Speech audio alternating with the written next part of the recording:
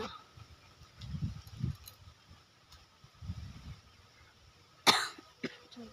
এইগুলো প্রচুর ভিউজ হচ্ছে।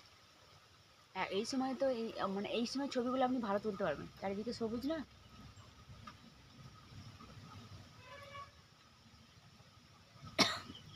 চারিদিকে মেঘ প্রচণ্ড ধরে আছে, সাদা বক উড়ছে দেখো, একটু ঝোড়ো হাওয়াও বইছে, প্রচণ্ড বৃষ্টি হবে। আর এখন বৃষ্টি হলেই বন্যার ভয়ের সম্ভাবনা থাকে, যদিও আমাদের এখানে বন্যা হয় না, আমাদের এই যে পুকুরটা ডুবু হয়েছে, যদিও দেখা যাচ্ছে না অন্ধকারে।